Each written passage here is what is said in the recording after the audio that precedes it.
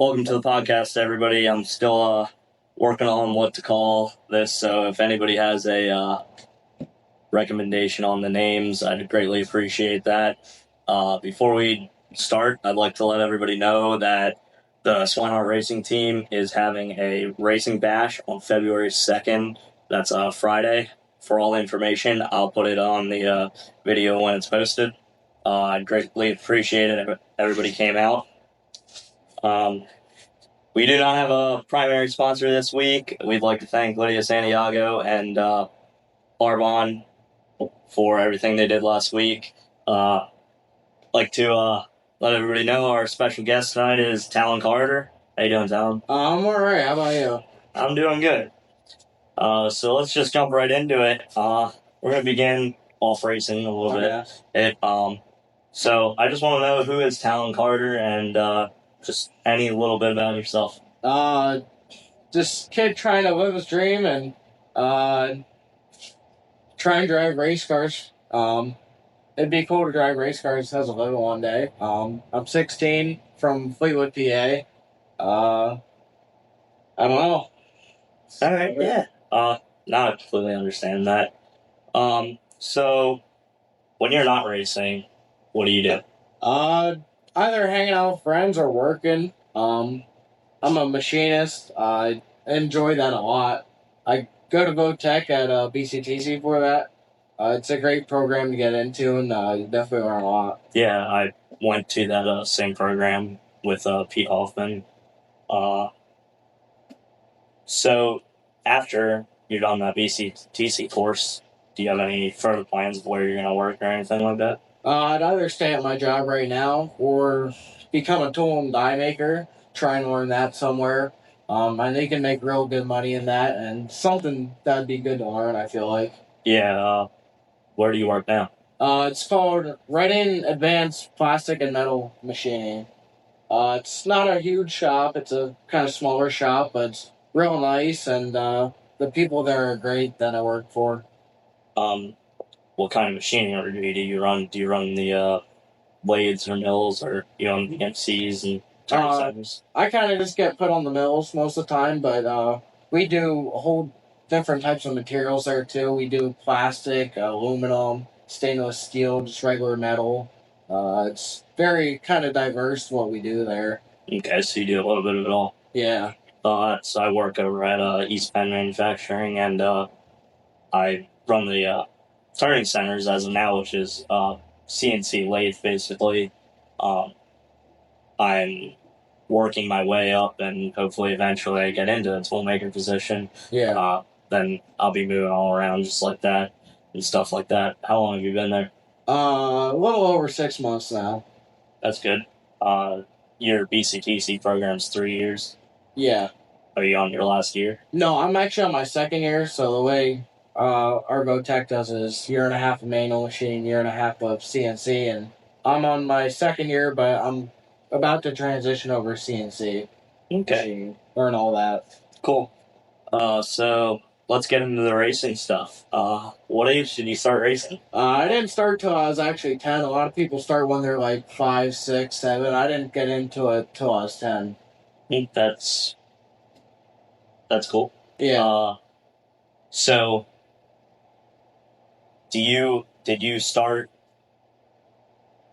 so you started in quarter midgets, I know that. Yeah. So did you start my nephew's getting in quarter midgets, so I'm not sure how it exactly worked. Did you have to start as a red rookie at the beginning, or did you? Yeah, that's the way we had to do it. I think we had to run is either a week or two in red rookie and then a week or two in blue rookie, and then if we're doing good, we could move up. I don't remember exactly if the track had to approve it or not, but yeah, we just kind of spent the slight amount of weeks we had to spend in the rookie classes, and then just moved up, ran with the regulars. I wasn't really into it that time with working on the car and trying to learn everything I could. I mean, I was 10 years old. I was focused on some other things, just hanging out with friends at the racetrack. Yeah, I feel like that's how a lot of kids are. So. Yeah. Where'd you start racing? Ran at Phoenixville. Then towards the end of the season, when they were done, we actually went to Shellhammers for a few races, and I won, I think, 5 races in 4 nights there at Shellhammer, so that was pretty good. Yeah, I actually didn't even know Shellhammers ran quarter midgets. Yeah, they did for a little while. So, how long did you run quarter midgets for? We only actually ran quarter midgets for 1 year. Oh. Yeah, that was it. That's all we ran quarter midgets for. Just kind of wanted to get out and move on to something else. And my dad thought I was getting pretty good at what I was doing, and I was willing to learn more. So Yeah. So I remember back when I was 5 years old, I got the opportunity. I picked my number. Yeah. How did you get that opportunity, and how did you pick that number?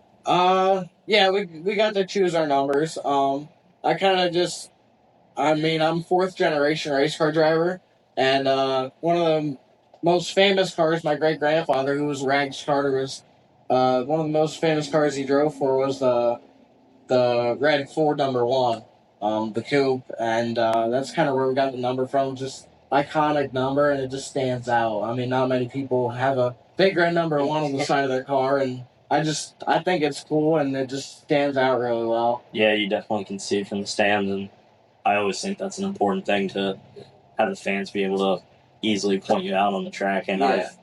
I've watched you and helped you out over the years, and I've definitely probably not missed you on the track very often.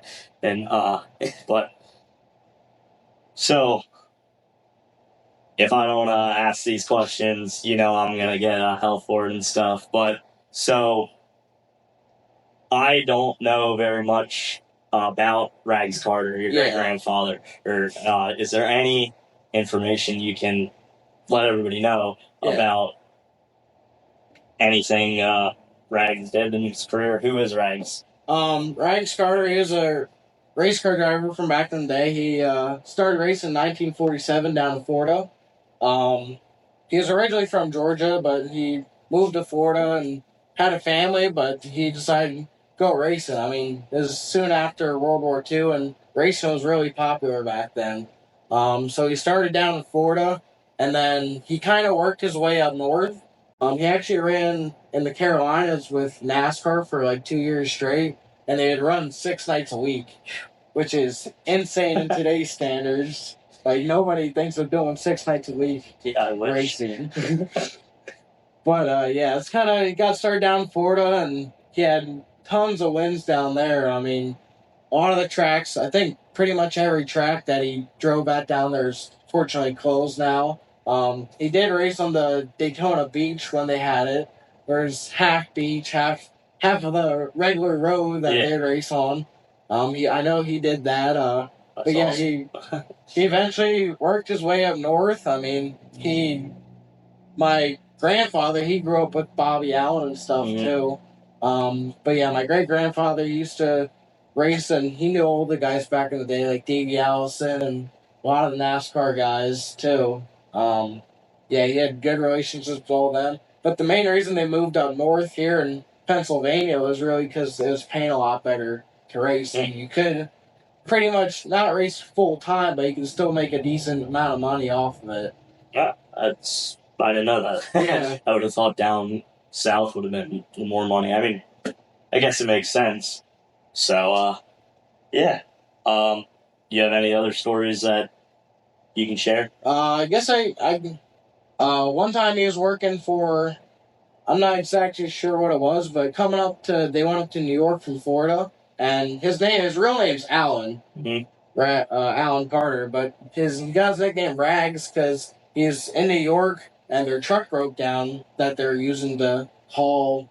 I think they're hauling fruit or something from Florida up to New York, and he burnt his shirt and his pants on the truck motor because they're trying to fix it and burn it all up and got holes and everything. And somebody called him Ragdoll in New York. I mean.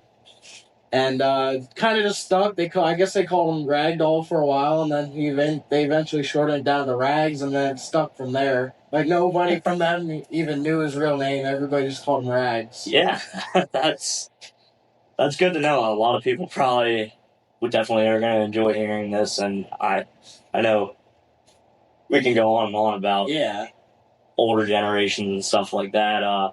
So not only did Rags race, your grandfather did, correct? Yeah, my grandfather raced some. He more raced when he's younger and like quarter midgets and half midgets down in Florida, and he raced with Bobby Allen, which is I mean Bobby Allen's really well known in the sport now, sprint Yeah. cars and Logan Schuhart, Jacob Allen. I mean, but yeah, he didn't really race much when he moved up here. He ran, I think, Reading like 5 times, but he actually went off to Vietnam, and then he had to sell his race car and provide for a family. Yeah, So yeah. That's fortunately that's how life goes, and you just get into the family world, and racing's hard to keep going once you have a yeah, family and everything. I mean, back then and now it's just the way the world works. yeah, yeah, Unfortunately, I hope when I do decide to start a family and everything that I have saved up enough that I can do both, yeah, or like everybody hopes that we get a ride someday. yeah, yeah, That would be the better thing to go yeah, out. So you said you're fourth generation. So yeah. you got Rags, your grandfather Yep, Alan, yep, and then your great uncle Glenn. yep. I don't know who that is.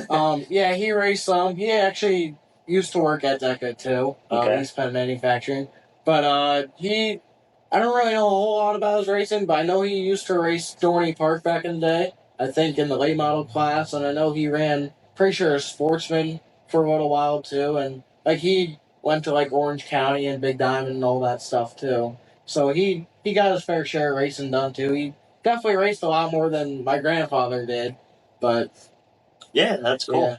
yeah. And then the last one before you is your father. Yeah. Yeah, he started I think he started racing slingshots in like 1999 when they were like brand new. Yeah. You know, new things out on the circuit. I'm pretty sure he ran those for 2 years. And then he did a year and a half of sportsman. He actually raced at Makatech Speedway. Hmm. He had pretty sure as far as like a 1996 Olsen, W link setup. Nowadays we got these left side panhards. Like who would think of a W link? But yeah, it's what he ran with back in the day.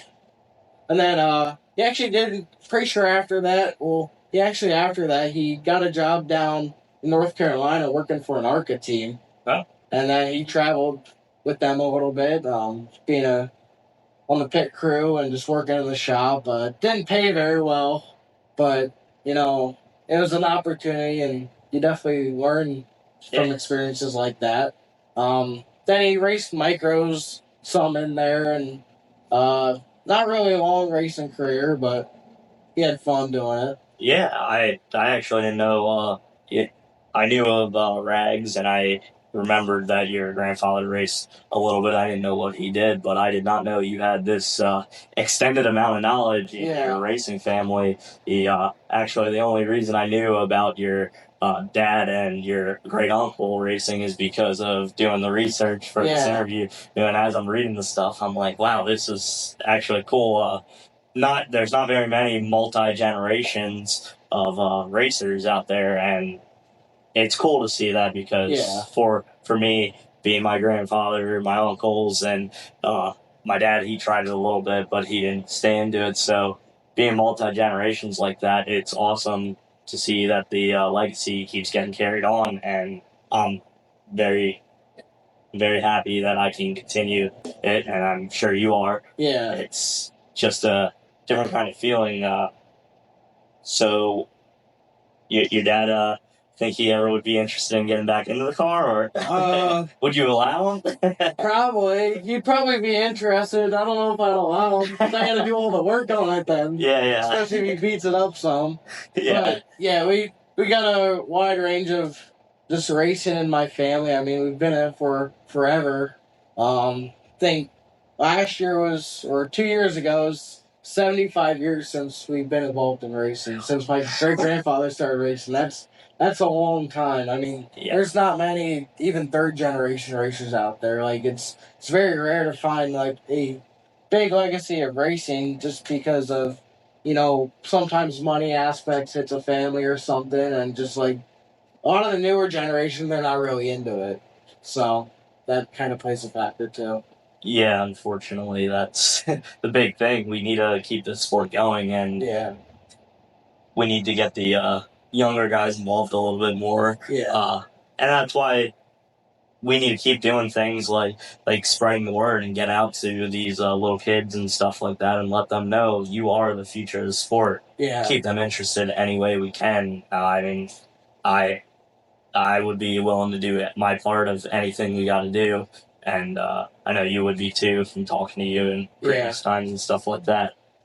Um, so let's get into your slingshot career. All right. Here.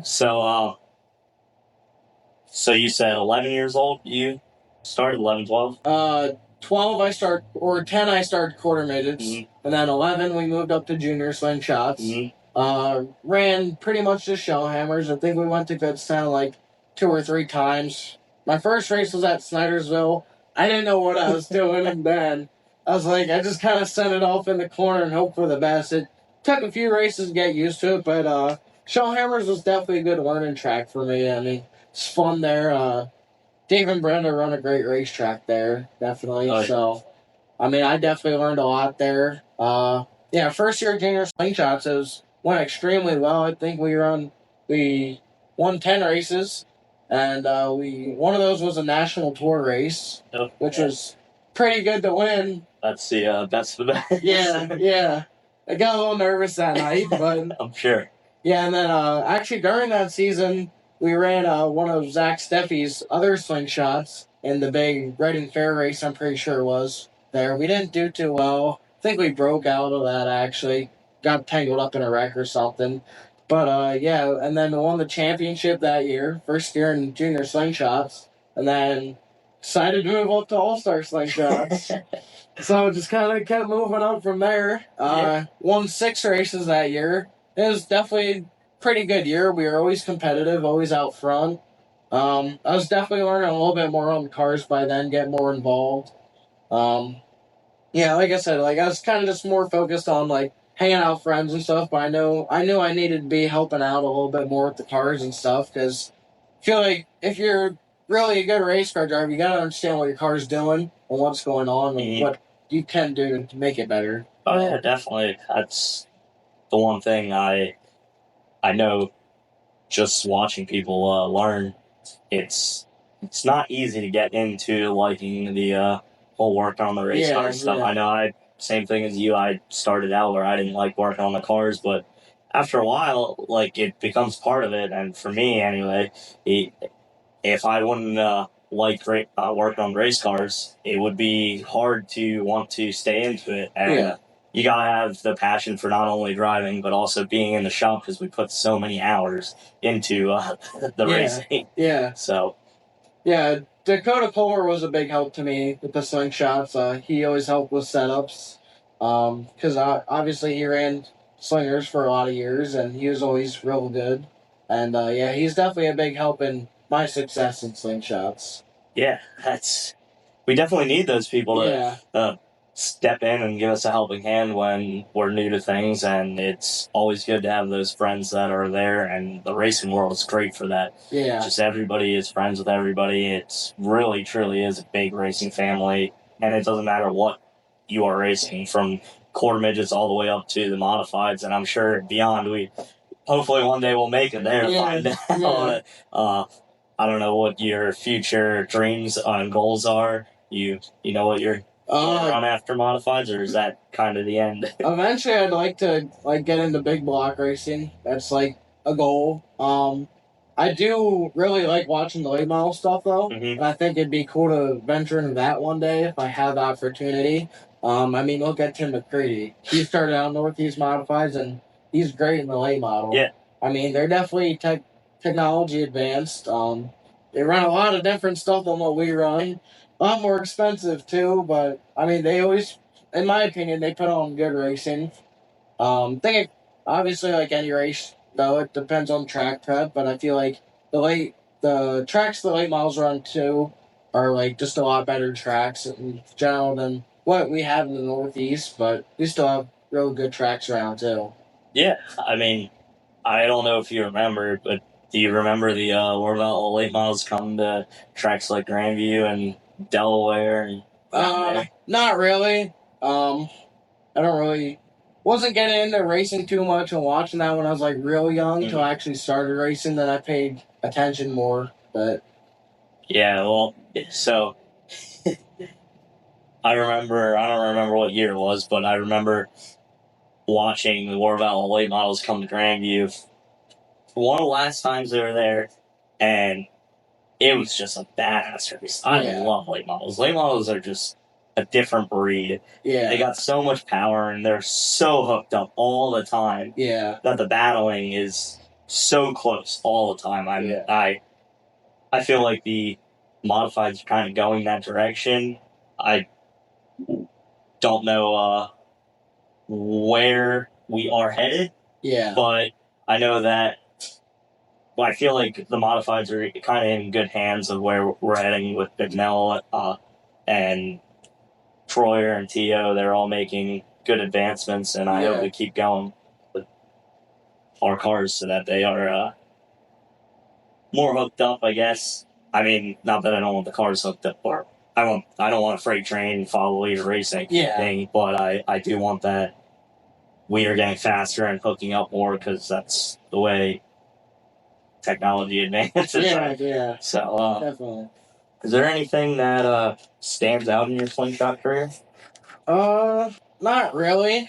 We were very consistent, like I said before, but there's really no big races we won. I mean, we only ran again 1 year of All Star slingshots, won championship again, so won 2 championships in a row in 2 different slingshot divisions. So that kind of stands out. But yeah, I mean, overall, it's a good career in the slingshots. I mean, some people struggle with it, but then you got great guys like Brett Beaver and like Dylan Hope, who guys have just dominated for years. But like one night I was throwing sliders at shell hammers with Cody Klein. Like, no joke, we're basically throwing slide jobs at each other. So being able to race with those guys was really cool too. Yeah, I remember running with those guys. I don't know, did I ever run with you? I don't think so. Yeah, I think I moved out before we would have gotten a chance, but racing with those guys, hey, tough. Yeah. It didn't matter what track you were at. It didn't matter if it was a day race, night race. They were always the ones to beat. And it's still like that. The same guys are still up front, and it's anybody getting new into it, they're shredding. The guys that have been there forever, they're still struggling to beat them. It's they know what works, how to run the cars. They're just so good. I mean, if you watch the indoor races, I don't know if you saw those. It don't even matter if you go on to indoor stuff in concrete. They're still the fast guys. They just know what they're doing, and they have their game hooked up in the slingshots. It's incredible. Yeah. So when did you move into the sportsman division? Right after, like I said, the first year All Star Slingshots, we decided to buy a sportsman car. My first car was actually an '09 TL, set up on right side panhard and torsion bars. Bought a used engine and everything. It was a good starter car. Definitely learned a lot in that at first. I think my first race was at 5 Mile Point. I ran with the rookie division that night, but still finished 5th out of 15 cars or so that night, which wasn't terrible. Then we went to Big Diamond, just basically ran there weekly to learn. I mean, it's a bigger track, good track to learn on. One night, did pretty well, went like half the race, but then just faded back, got eaten up by the good guys, the guys that know what they're doing, like Brandon Edgar, all them guys that have been real fast the past few years. Almost midway through that season, though, I got wrecked at Big Diamond. Got turned right in the front stretch wall, destroyed the car, bent 2x4s and everything on it, which was not fun. We were out for a month from that, just finding another car and rebuilding, because that's what racers do. You rebuild after something like that happens. I had a concussion from it as well, too, so I just kind of took our time and took some time off, but we bought an old Loudon Reinhardt car. Okay. Reimerts are well known in racing, Yeah. especially with Loudon. I mean, he's definitely knows how to wheel a car. It's 2013 Bicknell that we got. We still have the same car. Still the same one. Yep, it works very well. It's still running right side Canhard and torsion bars at the time.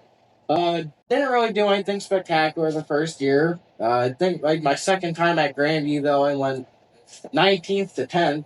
Yeah, that's. Which second time ever at Grandview, that's really good to do. Grandview is a tough track to be a rookie at and then come through the field like that. That's definitely impressive. Yeah.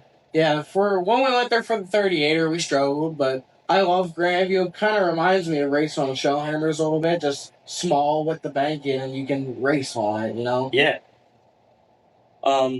So is there anything that really helped out of the, I mean, even your quarter midget days, I know you said you only had 1 year, but is there anything that helped in the quarter midgets or the slingshots that made it easier to move up to the sportsman division? In a way, just kind of like knowing how to keep car control and being smoother.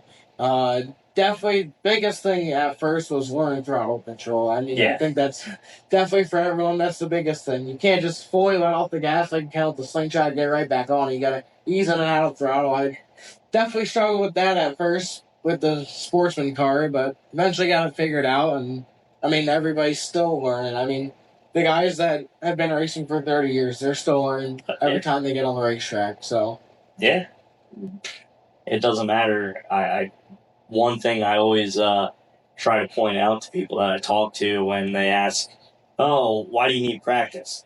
Craig Von Doren goes to practice all the time, and he is one of the best. He's been the best for a long, long time, and if he's still out there searching for something to get better every week, you damn well know that I'm going to be out there searching every week to find that little bit of edge because and just seeing that, Craig Von Doren pulling up to a practice session, and not just Craig, Dwayne does it, Jeff does it, at probably the New York tracks with Stuart Friesen and Matt Shepard, the best.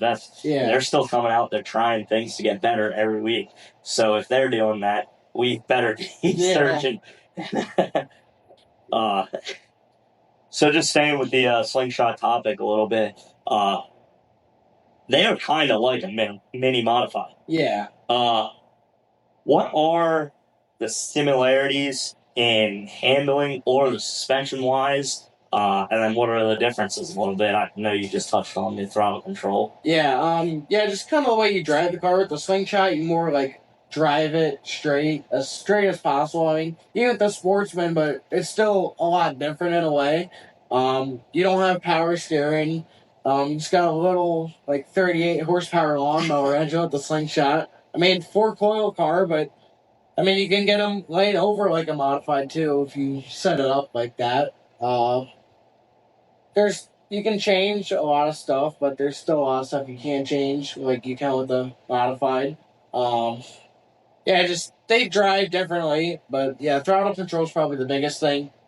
The difference between the two, and just kind of how you drive the car, enter corners, and all that. But momentum, that was a big thing. You got to learn slingshots, and that definitely helps with the sportsman car. Right. Learning how to keep your momentum, because with a crate sportsman, you don't have the power like an open or 358 to kind of just drive it in there and drive around the track with the power instead of you got to keep your momentum and kind of dive it in and just keep a smooth straight line. Yeah, that's the biggest key I feel like in the sportsman, and I'm very glad that I got the chance to learn that in the slingshots because it helped me progress.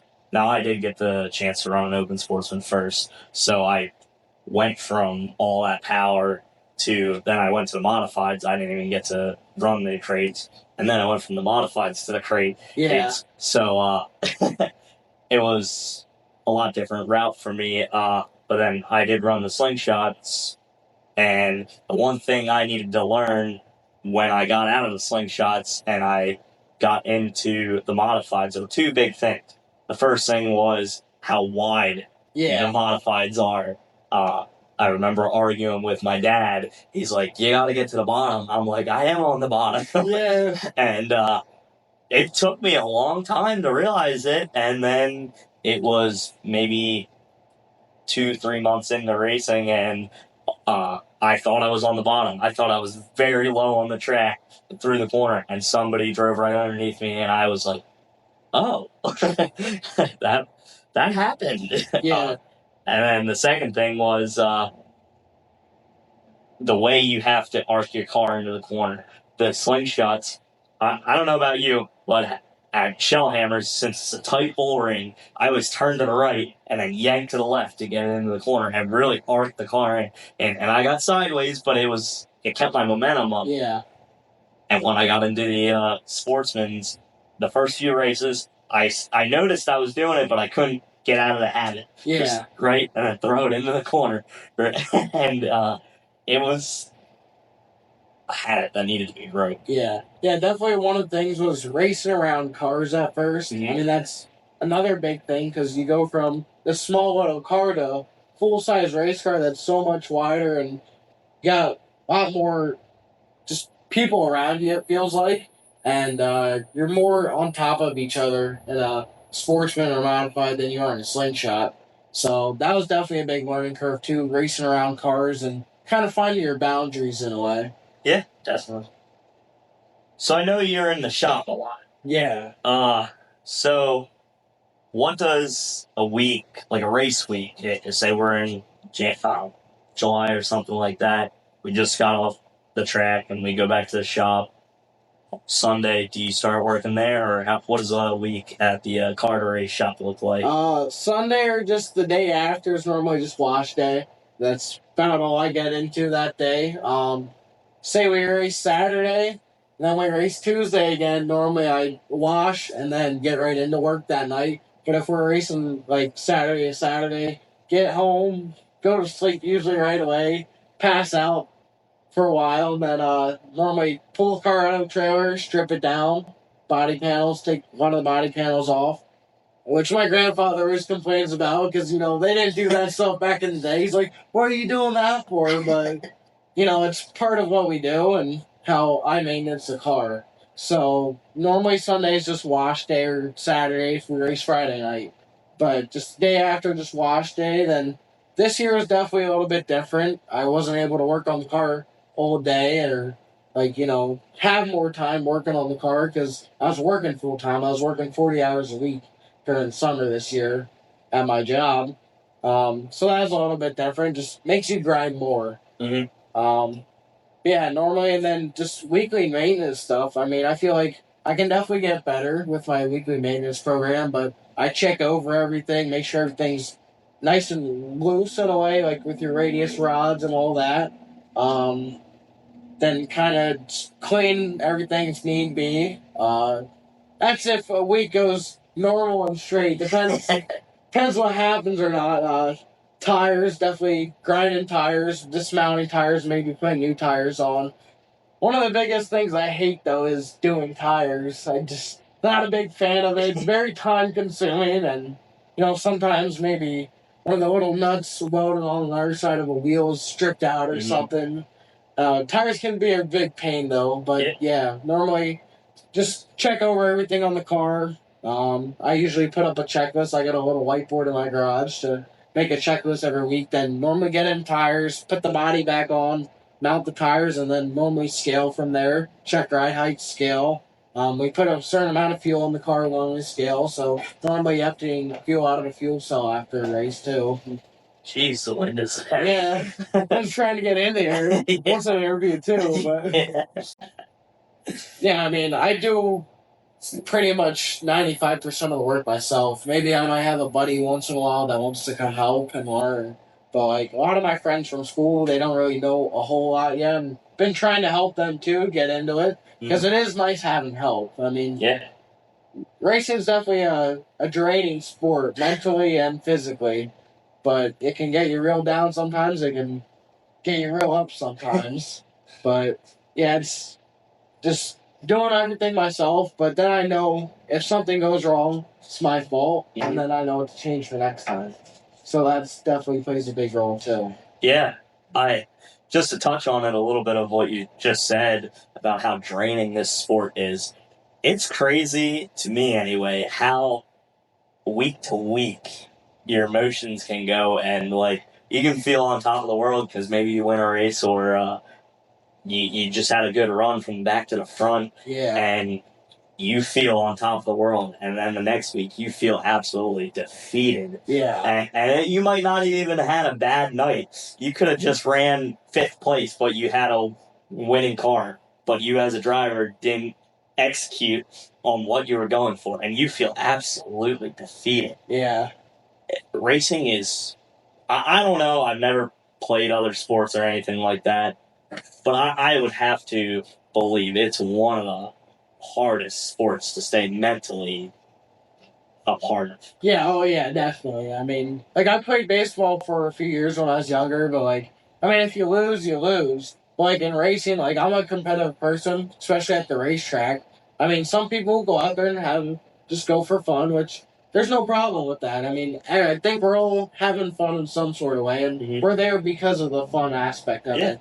But like me as a driver, and I definitely know you as a driver, we're there to win and run good and show people what we got and prove people wrong. Yeah. So That's, I always have to tell myself, we're here for fun. We're here for fun. And for me, this year, like, the last 2 years, blowing up motors left and right, I had to keep telling myself, this is fun. This is fun.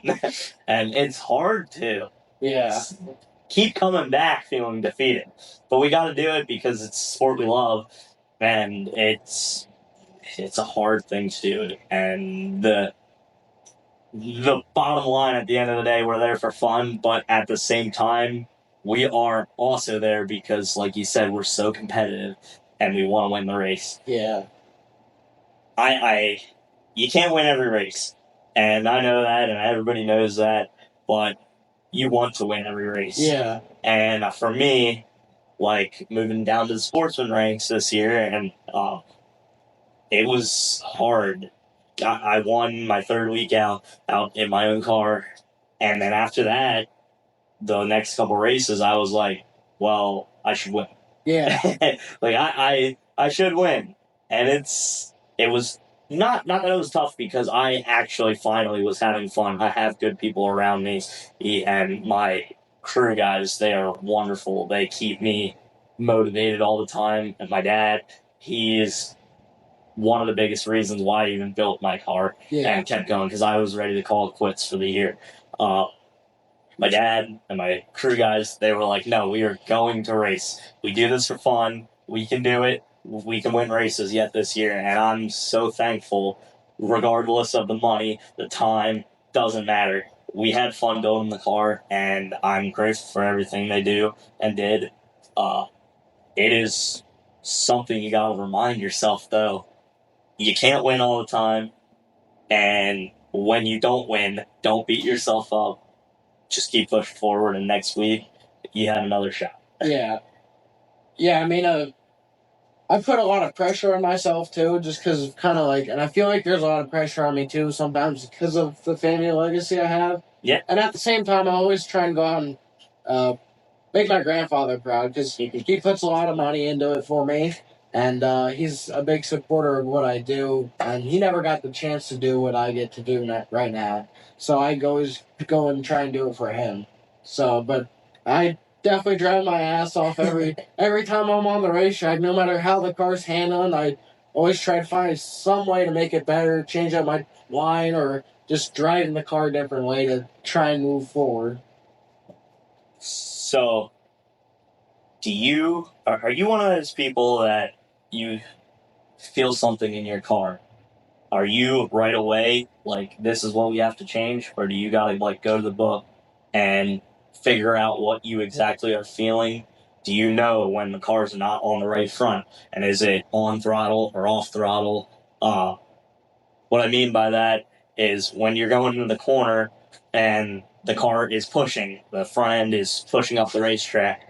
Are you in the gas while it's pushing? Are you lifting? Is it still pushing? Like, what's going on to cause this? And how do you, like, what adjustments do you fix? Because in the Bicknell book, it tells you all the answers. Yeah. Basically, thankfully, we have a book that has the answers. Yeah.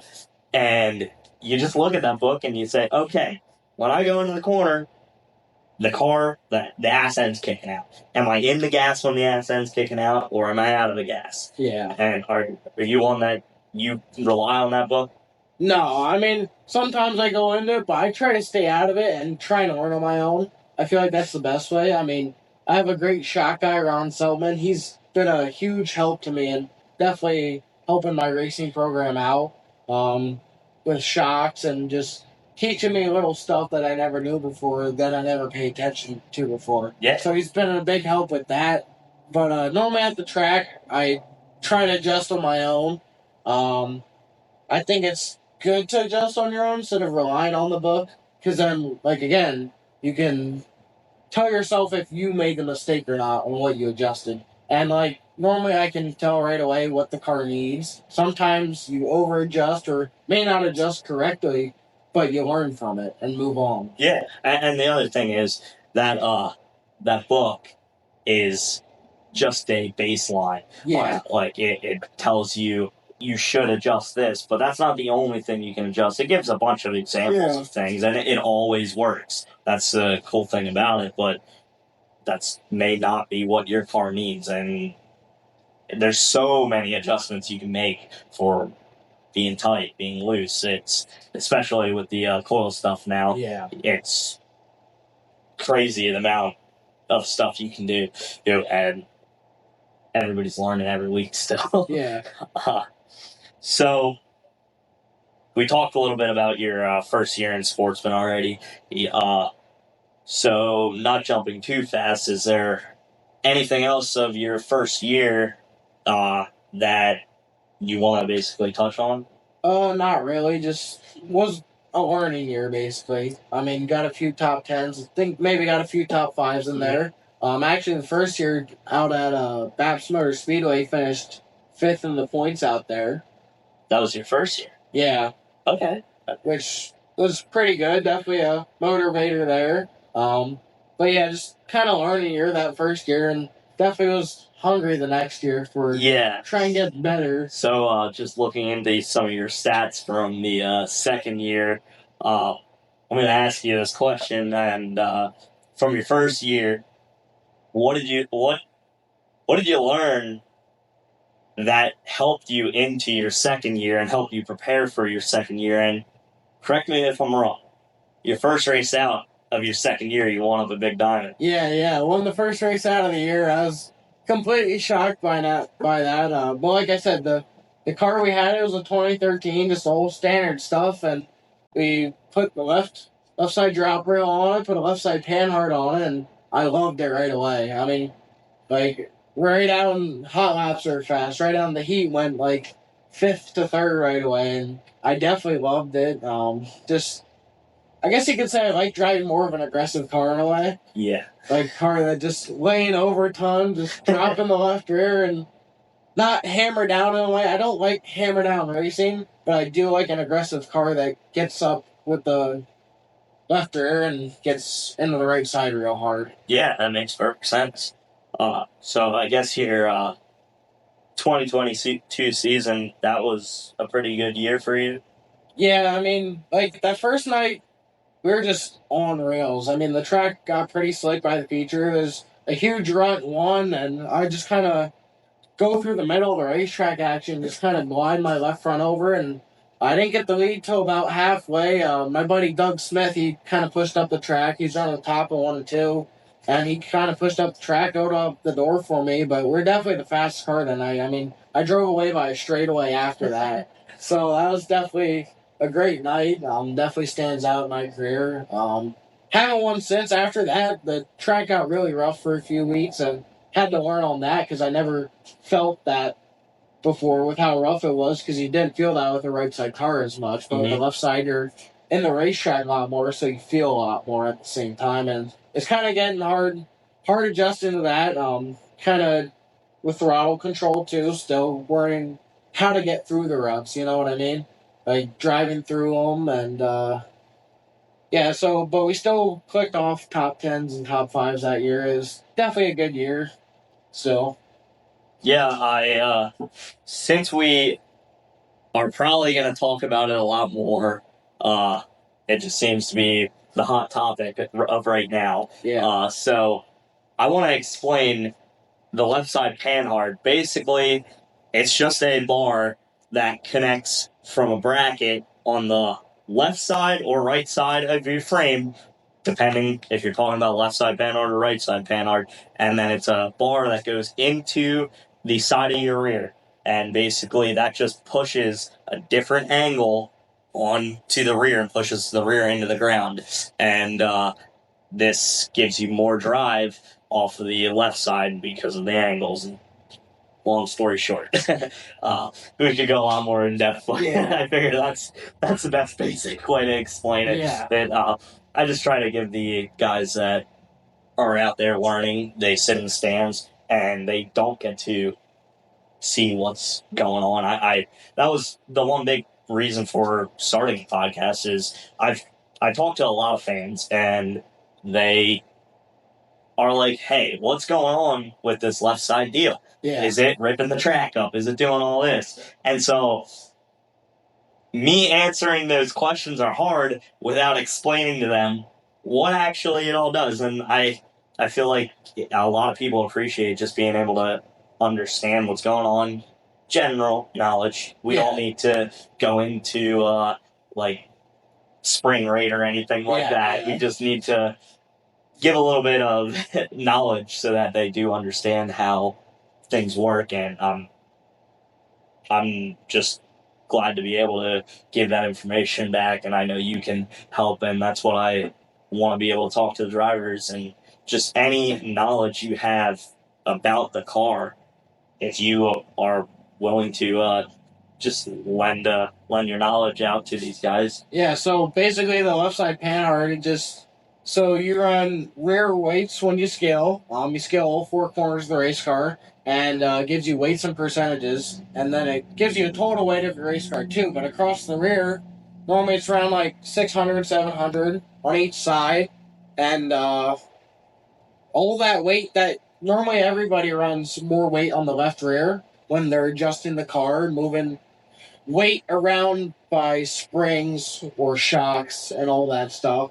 But all that weight on the left rear transfers over to the right, the whole right side of the car when you get down to the corner. So when you go down the corner and you see the left rear hiking up, that's all your left side weight transferring over into the shocks on the right side of the car. Yeah, that's good explanation of it. The percentages, if you do want to know more, click back in the video of Joey Vaquero last week. I explained a little bit more about that.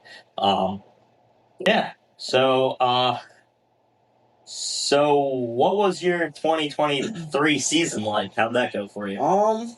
Started out good. Still on left side, obviously. We're still actually on torsion bars start the year still. Sealands Grove didn't go too good. I mean, first time there. Think might have been my first short track Super Series race. I was running so much droop actually in the heat race. Started the heat race. First lap went down 3 and 4 in the. We didn't have a bolt on the front of the torsion arm off the left rear. Uh-huh. And the torsion arm, it goes onto a roller on your bird cage and basically lets that torsion arm move and helps get your droop too in a way. But we didn't have a bolt to stop it from coming out of the bird cage from stretching so much. The left rear it actually pulled out, so the left rear just dropped and just kind of tried hanging on to get a good spot in the consi. Because I mean, short track Super Series is super tough. Yeah. Whether it's the modifieds or sportsman, it's tough wherever you go. Yeah, definitely. And in the consi, drove around like 4 cars in first lap, first corner of the consi, then kind of held on for, I think, 4th. We didn't qualify, but it was like, okay, we know what we need to change. So we actually took some droop out of the car, and at that time, I think I had my shocks down at Ron Selman, and he was doing them for me and helping me out. Didn't take too much droop out of the car, but just enough where we didn't have to worry about that arm coming out anymore, because that was a worry of ours. think after that, maybe got one or two top fives. We're running really well still. Um, but one night down at Baps Motor Speedway, um, just not even taking the green, hit the gas to go to the green. I was starting second that night, and the dry shaft totally said goodbye and dropped out of the car, and I caused a huge pile up. I mean, not really nothing on my doing it's a mechanical failure. Mm-hmm. But after that, we were like, okay, let's switch to this coil deal, and then other than Freedom 38 or Grandview and the short track Super Series race at New Egypt, we did not finish outside the top 10 the rest of the year. Yeah, which was I was looking at your entire year. Only 5 races out of the top 10 all year long. That's pretty impressive. Not very often are you that good in a season. And then I also saw that you were fourth in points of that, yeah, and including that break.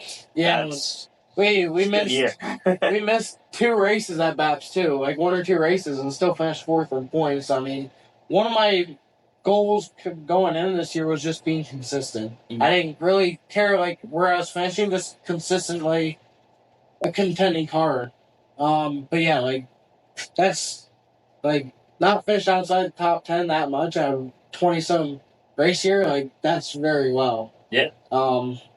Yeah, but we switched to the coils after that dry shaft disaster, and I loved them right away. I was actually running uh, the Gara Motorsport car in the beginning of the year at Big Diamond, and that car was on coils. It was 2016 Bicknell. Mm-hmm. Had a killer crate motor in it, so the thing definitely moved for a crate car. But yeah, I adapted to the coils pretty quick in that. First night at Big Diamond in the Gara car, finished second.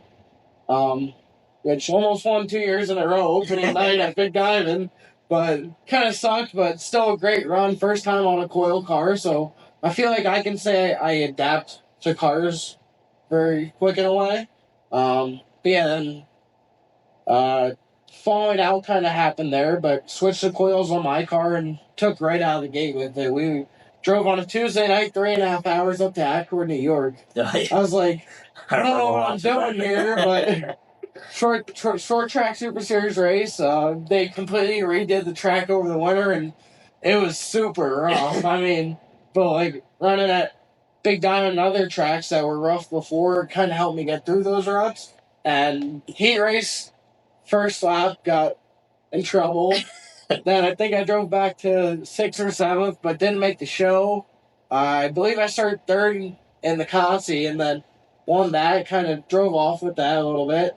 Man, the feature is great. I mean, first time my car has ever been on coils. First time I've driven on coils, and went 21st to 8th that night on a really rough racetrack. But I kind of just coasted in, went off the gas, let it glide in, feel the bumps a little bit while guys are just driving in, just over their heads, kind of just going through the ruts. And the coils make the car a whole lot bouncier than a torsion bar car bounces. I mean, the coils, they're springs. They're just bouncing up and down. Yeah. But if you can find a way to get through those ruts good, you'll be fast. Yeah, and so Ron, he's a very good shot guy, and Yeah. with the whole spring smash and everything, he knows the whole 9 yards. Yeah. That explains why you were able to go drive right through those ruts the way you were. I was watching that night on TV and stuff like that, and I was watching right out of the box. You guys were pretty hooked up, and just seeing that and knowing each week you're going to improve, that's a pretty big deal. Yeah. I mean, the coils are definitely big learning curve with what they want to do with your car, I feel like. We had struggles getting the lefter weight down on the car because it's a lot higher than what Ron wanted us to run. But that first night at Accord ran 110 pounds of lefter weight. So that means the lefter was 110 pounds heavier than the right rear, and all that weight's transferring over to the right side. But the cars seemed to really like it, and I liked it because I like an aggressive car that lays over really hard. So, I mean, it kind of fit my driving style, too. Like, one night at Grandview went down to, like, 70 pounds lefter weight for, I think, the Thunder on the Hill show, or just the Balls of the Walls 50 that night. The Did really well in the heat race. That was second race on coils, I believe. Went ninth to fourth, qualified for the show, made the redraw, and then started fourth, finished seventh. Just kind of struggled because I felt like weren't really hooked up as much. But I mean, struggled on the cushion too. Over the years, I've kind of adapted to running more lanes and get outside my comfort zone. Because if you're not willing to move lanes or trying to find a new groove, you're not really going to go anywhere. Yeah, definitely. Especially when you travel outside of one racetrack. It's definitely a lot. Uh, so I know that you had a great year, but I know you want to win. Yeah. So is there anything you know right off the gate? What do you have to improve on to win races? Honestly, I just feel like if we ever get a new crate motor, like that'll help a ton. Because I mean, just fresh power it definitely wakes up a car. The engine we've been running, still have, is a 2016. We bought it with 6 or 7 races on it, but after 3 years of running, it gets tired. I mean, you can get them rebuilt, but I mean, new motor definitely wakes up a car a lot. Yeah. And I think that's one thing that just would help us out a lot. Just kind of still learning the car. Like I said, the coils are a completely different game. If you're not spot on that night, you're most likely not going to win with a coil car. If you're spot on, you're probably going to spank the field. But I mean, there's a whole lot of variables that goes into that. So like I said, Ron's been a huge help. Definitely teach me a lot, even with the coil stuff. I mean, he's Mike Gooler's crew chief, and Mike Gooler whooped ass too a lot of times this year. And oh yeah, definitely. he was definitely a contender all year. It didn't matter if it was 358 or big block run up against Matt Shepard. He was good. And Ron's knowledgeable guy and definitely knows what he's talking about. He can look at a car and tell you what to adjust right away. Yeah, definitely. He was helping us out when I ran the 74 team, and we were starting to get hooked up before that motor expired. And yeah, I think that 2024 is going to be a good year for you. Yeah. So speaking of that, what's your schedule looking like? Just traveling around again. I mean, we don't really like doing the points game. It's tough when I'm doing all the work myself. Just kind of going week to week. I don't know. I'd rather travel around too, visit new tracks because you learn more. That's what I feel like. Getting on new surfaces, you learn more about your car. You learn more about what you like and what the car likes. And it's good to adapt to different places. If you ever get that opportunity to get a ride and they want to go traveling around, or you're running a series. Yeah. I mean, even say you're running a weekly track, but you still travel outside of that track, you can take stuff from the other track and put in your setup, whatever you need, and help you at your weekly points track. So that's why I feel like traveling definitely helps a lot. Just helps you become more of a driver and have more adversity in your driving style. Yeah, absolutely.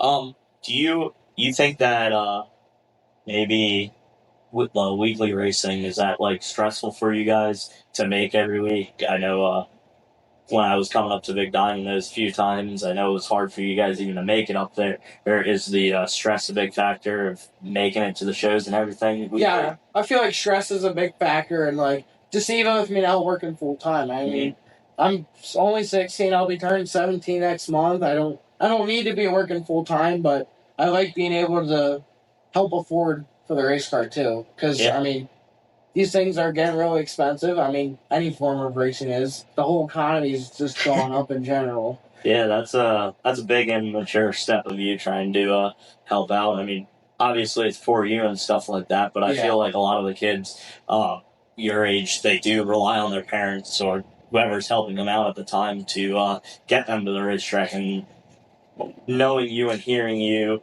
talk about how much time and effort everything takes, I actually understand and know you are out in the shop working, and then just hearing now that you are working 40 hours a week, busting your ass to try and give back to a little bit to your parents and help out your parents, Yeah. and they just want to see you do good and you do what you enjoy. So as you get older, we gotta start stepping up and doing it ourselves. And to hear you're doing that at a young age and before you're really required to, I think that's actually pretty cool. Yeah. So you go into new tracks a lot of the times. Is there anything you do to prepare yourself when you are going to a new racetrack?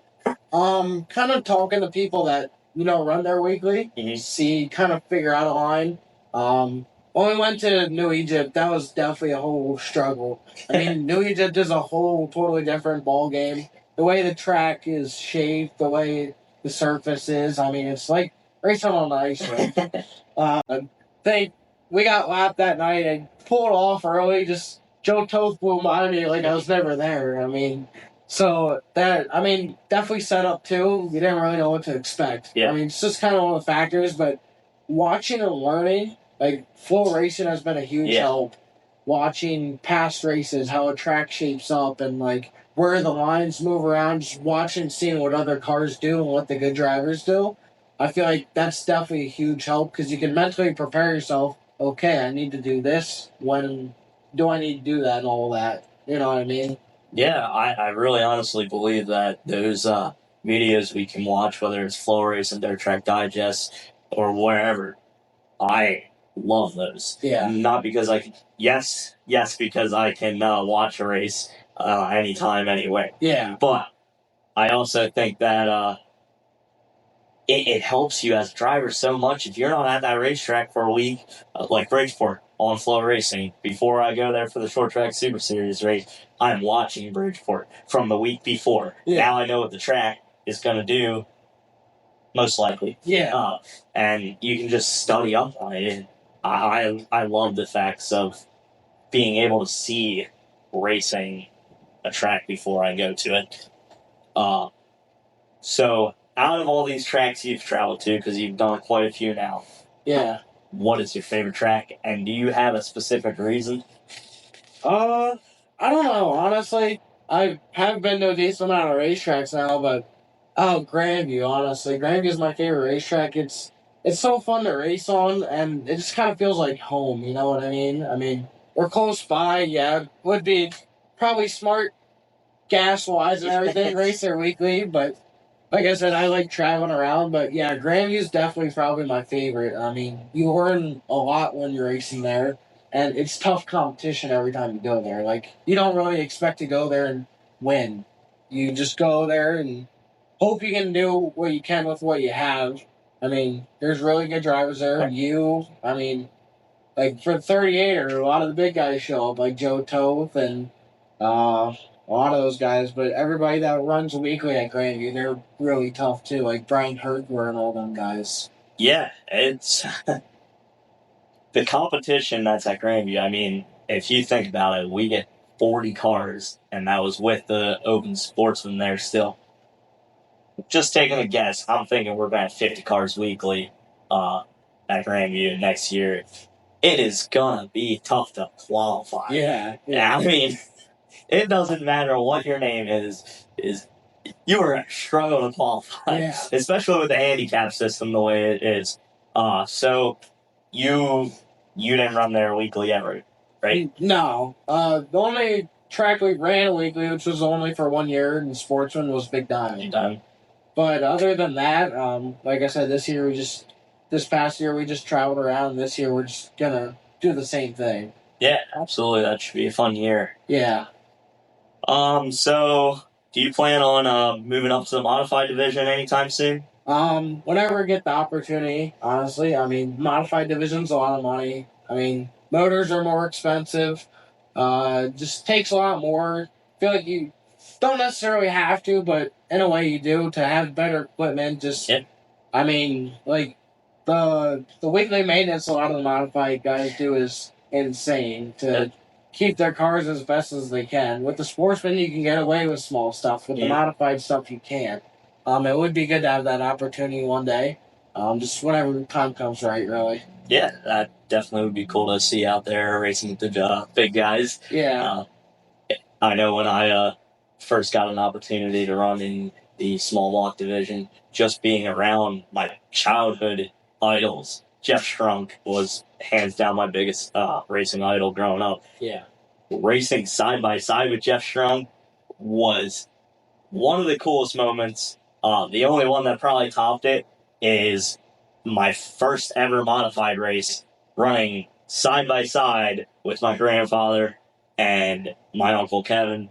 And those were the coolest moments in my first modified race. Going out with them, Doug Manmiller, we were all side by side. And whenever you do get a chance to step in a modified, make sure you are paying attention and just live in the moment. Yeah. Because that moment only happens once, and learn from everything you do out there, but live in the moment because it is a special, special time of you're never going to get that back. Yeah. And then once you're into the full-time modified deal, that don't matter, but it's what actually matters. Yeah. And it's just, again, back to the point of racing's fun, and we need to love those and cherish those actual moments and stuff like that, because they don't always happen, and we're pissed off at racing all the time and stuff like that. But that's what keeps bringing us back. So whenever you do get a chance to hop into modified, make sure you enjoy it. Yeah, I mean, like, I definitely do look up to Jeff Strunk. He's a great driver, and he's a really nice guy to just talk to also. Yeah. I mean, like, I look up to a lot of those guys. Doesn't matter who it is, everybody's had an idol. Mhm. Everybody looks up to somebody they have or still do. I mean, you could be racing against them and still look up next to them. Like, you see him right next to you, you're like, holy cow, I'm doing this right now. But, yeah, it'd definitely be cool to hop in a modified one day and race with those guys and say, you know, I raced side by side with them for even one lap. You know? Yeah. It's definitely a different kind of feeling. Yeah. And you've dreamed about being where you're at, and then you finally are at that moment, and it is just like, wow, really? We're doing this? Yeah. It's a cool feeling. I know you've obviously already felt it just in the sportsman rank. And back when I was in the sportsman rank, I was like, it's cool to be in a modified. Yeah. I enjoyed that. But it wasn't until I raced against the guys I idol, that's when it was like, holy cow, this is awesome. So definitely when you get into a modified for the first time, whether it be beginning of next year, 5 years down the road, it does not matter. And then every time after that, when you're racing against your idols, you want to beat them. You want to beat them, for sure. But are you gonna beat them? There's a good chance you probably are going to, because they're just that good and they've been racing for that long. But yeah, I know what you're saying. Yeah. So do you want to give a shout out to any sponsors? Did you pick up any new ones this year, or go? Yeah, we picked up a few new sponsors this year. One of them just came on board the other day. Sorry if I blow my phone. Yeah, go for it.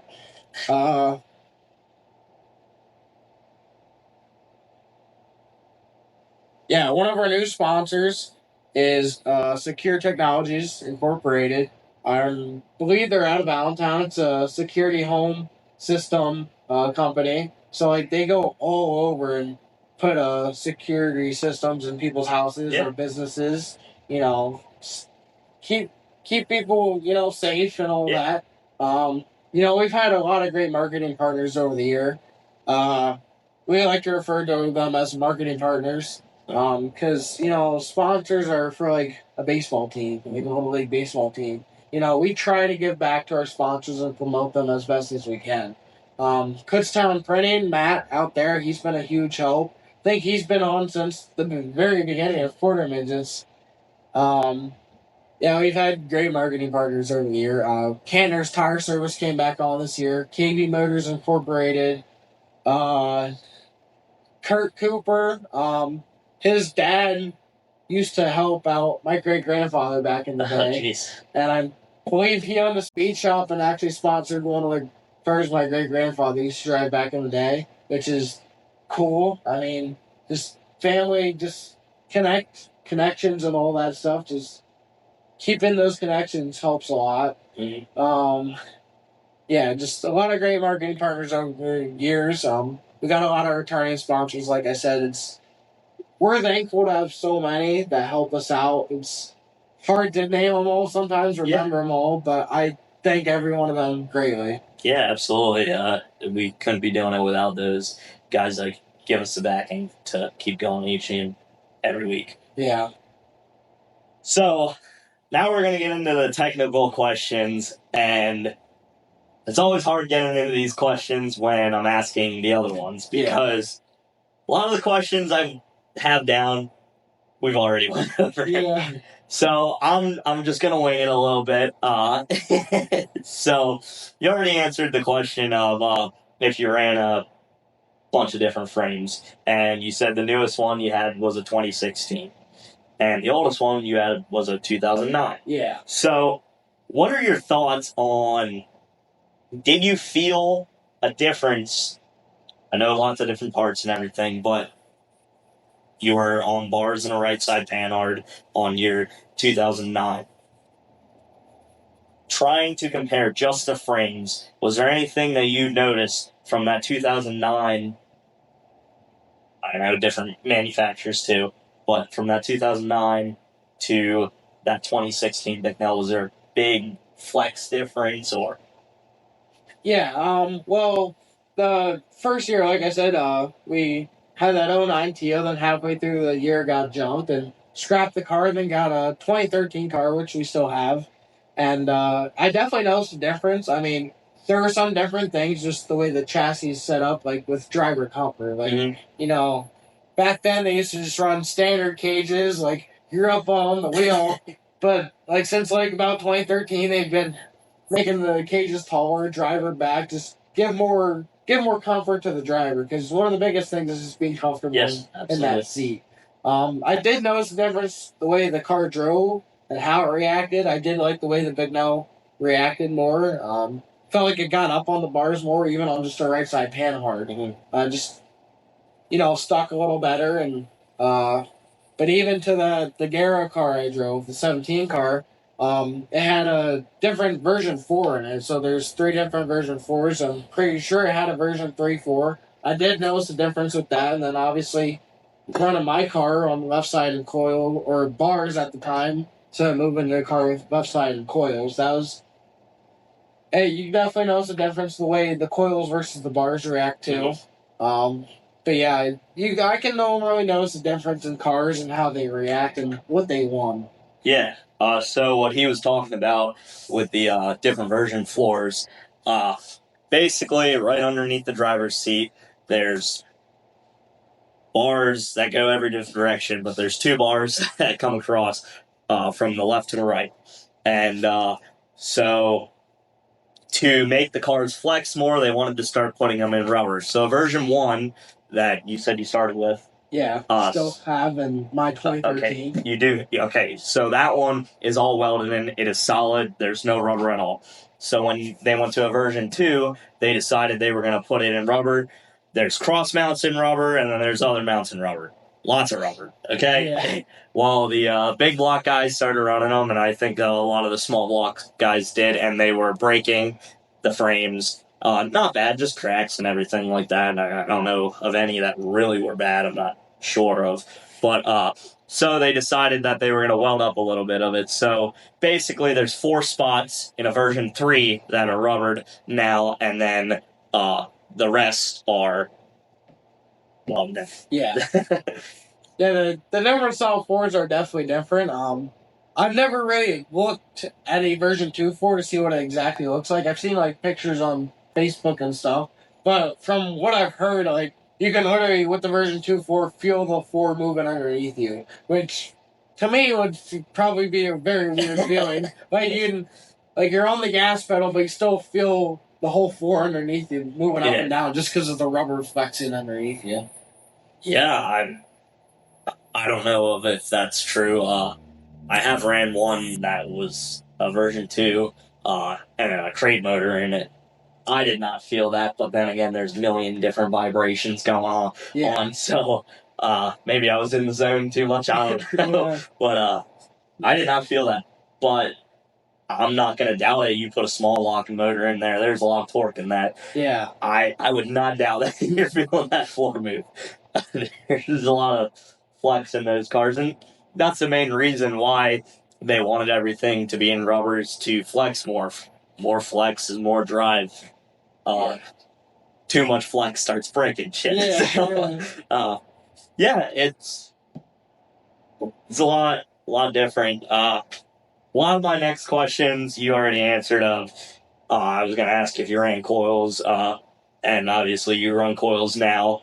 What was the main reason that you swapped over from the bars to the coils? I think the main reason was running that 17 car. I liked it better, and I mean, it's kind of a hot thing right now. Definitely when the track slicks up, you can hook up a coil car a whole lot more than you can with the bar car. And that's what we're struggling with even on bars in the beginning of the year. Like, one night I started the pole at BAPS and finished fourth. I got beat by 3 coil cars and they absolutely drove away from me. Then pretty much the rest of the cars behind me were bar cars. So I was like the bar car leading the pack, but we got smoked by coil cars just because in certain track situations you can hook them up a whole lot better. Now, like on a tacky track, like heavy hammer down, you don't really need the coils. But like, they fit my driving style more. I feel like in a way, feel like in a way you can feel what each corner is doing more, and yeah, just more of the drivability of it, and gives you more drive off the corner. Yeah, you touched on a good topic. That's the one thing especially with the Spring Smashers now, is you can now it's not just a shock thing. It's a shock and a spring. So with a Spring Smasher, you can dial each and every corner in. Yeah. I mean, not that you couldn't before, but now it's just to another level. You can make shocks or springs do multiple things, which is absolutely insane with the stacking and everything like that. As to where the bar is just twisting one direction, well, for argument's sake, one direction and making one drive. Yeah. Now we can make multiple drives out of it, if that makes sense. So it's the coil game is just another level, and if you're not on coils right now and you are doing good on bars, I know there are a handful of drivers at Grandview that will not leave coils. Leave bars, and they're still digging. Yeah. You guys are doing something right, because to be able to run up front with a bar car right now, it's insane. Let's be honest. It's the amount of stuff you can do with coils. It's just on another level, and you guys don't have a Spring Smasher? No, we do not. You just have to do it? Yeah. Like, we just kind of set up, like, on a weekly basis. Kind of found a baseline setup throughout the year that worked for us, so you kind of go back to the same spot every time, but you adjust at the track. But normally, if you find a good baseline, you just run that week to week in a way, and, if you need to adjust up, you will. But no, Spring Smashers, they're really expensive.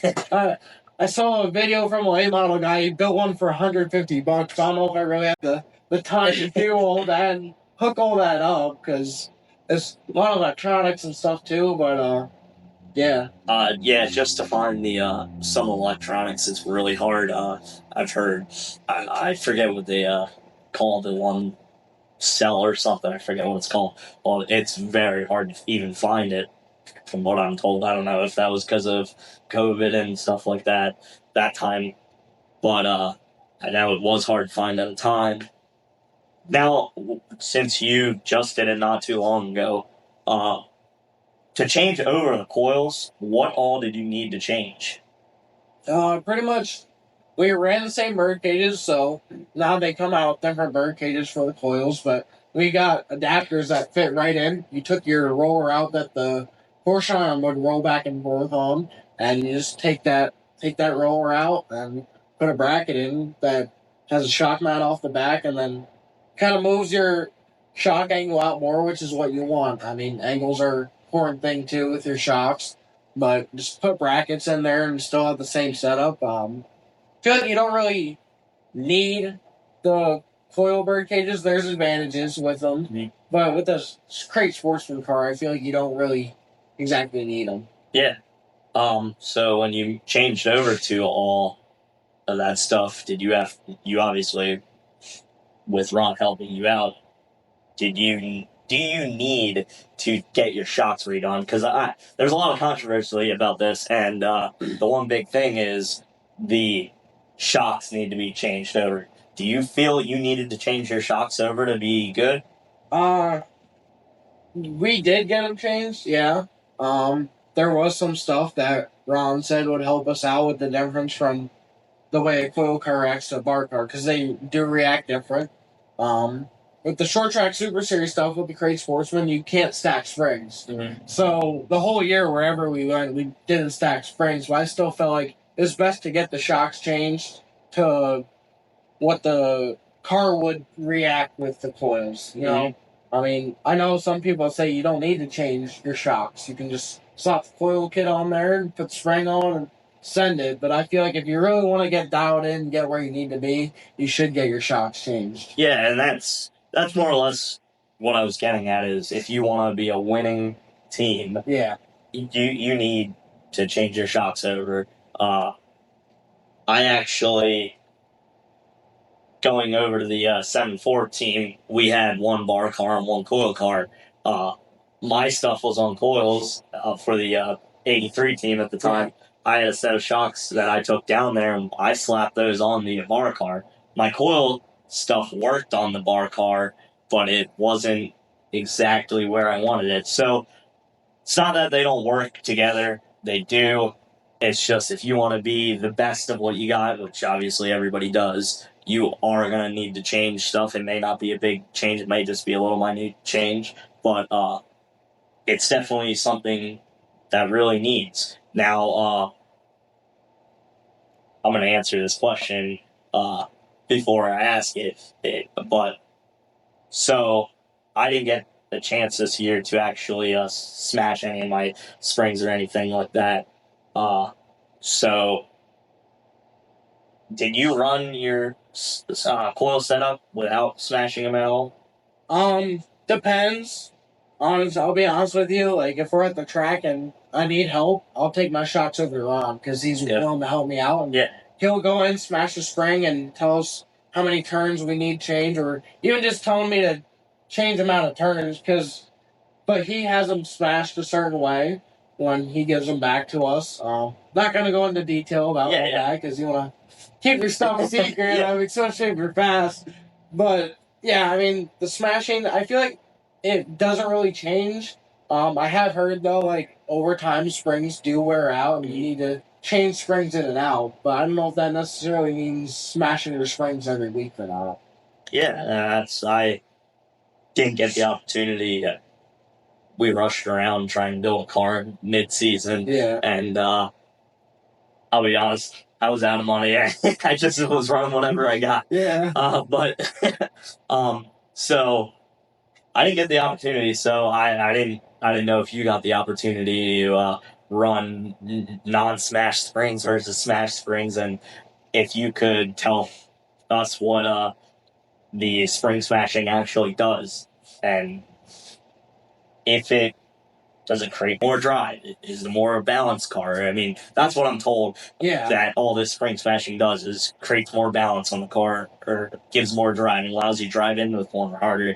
Is that something you noticed that you could drive in harder with, comparing to the bars? Because obviously you're saying that you didn't get an opportunity to know that, but you feel like you can drive in deeper? Yeah, Definitely. I mean, the car just sticks a whole lot better because the springs just absorb the track more. And but yeah, like I don't really know a whole lot about the spring smashing stuff. Pretty sure it gives you spring load. Like I know you have spring smashers and like shock dynos. And some guys, and like with spring smasher, you hook the whole shock up in there at the same time. But the shock dynos are different. Just the way the shock moves too has a lot to do with it. I feel like. If you know what your shocks are supposed to do, you might not spring smash a certain way with the way you know what your shocks are supposed to. Yeah, I'm pretty sure spring smashers give you spring load, and gives you weight on the spring and tells you how far or how much weight will transfer with how far the spring is smashing. From what I've been told. Yeah, that's a good way to explain it. Yeah, we're not going to get into a whole lot of that. I'll just, yeah.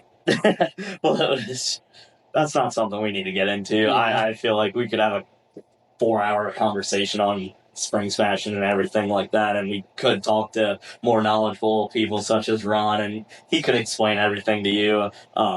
So we'll stay off that topic. Yeah. We'll just move into the next one. So you said you ran a right side panhard. Did you feel that you had to control the throttle a lot more on the right side panhard? Yes and no. Not really. I didn't really notice a whole lot of difference when I switched from the right side to the left side. With the throttle control, I feel like you kind of use the same amount in a way, just how you control it and where you put your throttle inputs at. Like I feel like with the left side panhard, like with the right side, I feel like you can honestly drive in a little deeper off on the throttle, but you got to control it a whole lot more when you're going through the corner. With the left side panhard, at least the way I drive, and even what I hear from other people, you got to let off sooner. They can get in the gas sooner, getting in the corner and going through the corner. That's the way I drive, and even from what I've heard of people, that's how they drive and how they get a left side car to work. Yeah. Compared to how they drove with the right side. Yeah. So you stated that you like the left side panhard more already. Yeah. So with that being said, and we already talked about how the left side panhard unbalances the car a little bit more and creates more drive, which makes the car bounce from the right front to the left rear more and everything like that. Yeah.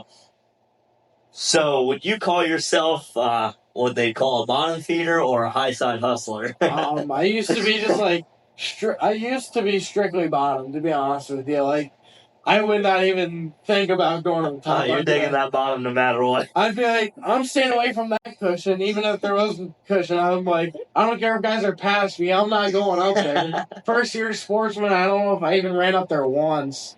Maybe a few times. Like, even the second year sportsman, I didn't really run up there.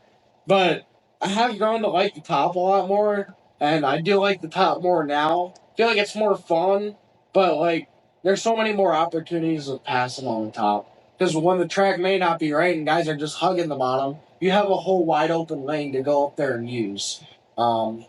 It's just like I said before, just moving around the racetrack is a good way to become a good driver. Just moving and finding lines, and that's where I've kind of got to that point where I move around a whole lot more than I did before. Like some nights when I was running the Garrett car, I'd just pound the top, even if the car wasn't that right, because guys are just hugging the bottom, and you have opportunities to make up there. And honestly, it's a little bit more fun just kind of throwing it down in there and letting her eat on the throttle and just zooming around somebody on the top side. It's a cool feeling. And like even if like a gap closes up, like there are a few times at Big Diamond or just standing outside and like you're going around like two cars and they come up, you're like, oh boy, but it's a cool feeling just driving around them on the top like that because you can get real good runs off the top. Yeah, the momentum game around the top is strong. Yeah. If they're equal bottom and top of how much bite is there, the top still gets a better run going on most of the time. Yeah. Especially if on restarts where they're stacked up on the bottom and everyone is trying to. If the bottom's better, a lot of the times everyone's trying to catfish down to the bottom and stuff like that, and then they're jamming them up, and then you got to rip around the top. Yeah. It don't matter. You're getting two or three of them, and then you can get down. I would consider myself more of a bottom feeder as well. But like you said, you got to go wherever. I just like asking that question because it's interesting thing to know. Whether competitors, this might help other competitors if they are watching. you gave away a secret. You like the bottom, but at the same time, you're going to go wherever you need to be. And I like to just hear people's opinions on what groove of the track they would prefer more predominant. Yeah. I mean, the bottom does take more driving because normally the bottom is a slicker groove, and get a car to stick on the bottom is really tough sometimes. But I feel like the top is just as hard as hard enough as the bottom because you gotta keep the car still straight, but keep your car from getting tight. That's an important thing, especially with the crate cars. Not getting tight, but the top's such a much longer way around. Mhm. You gotta keep your momentum and just keep it going as fast as you can, but sometimes you gotta slow it down more than you think on the top side to be fast. I feel like at this point, I am more of a top guy just because it's fun getting up there around the cushion, just set it down in there on the chip, just wah, wah, wah, just just it's a cool, fun feeling. Like I said, it just helps you become a better driver, just moving around, choosing different lanes and guys may not be on. Even on a rubber down racetrack, sometimes it's hurt me going on the top, but I've stuck with guys on the top on rubber down racetracks that are hugging the bottom on restarts. Mm-hmm. Like it's just you need to use what's there to your advantage. Yeah. So if you're watching the track and say the track is bottom predominant, what do you do to help you run the unpreferred line you see before you go out on the track? That bottom's rolling in. Yeah. Are you one that's going to dial your car in, or are you going to try to beat everybody where they are?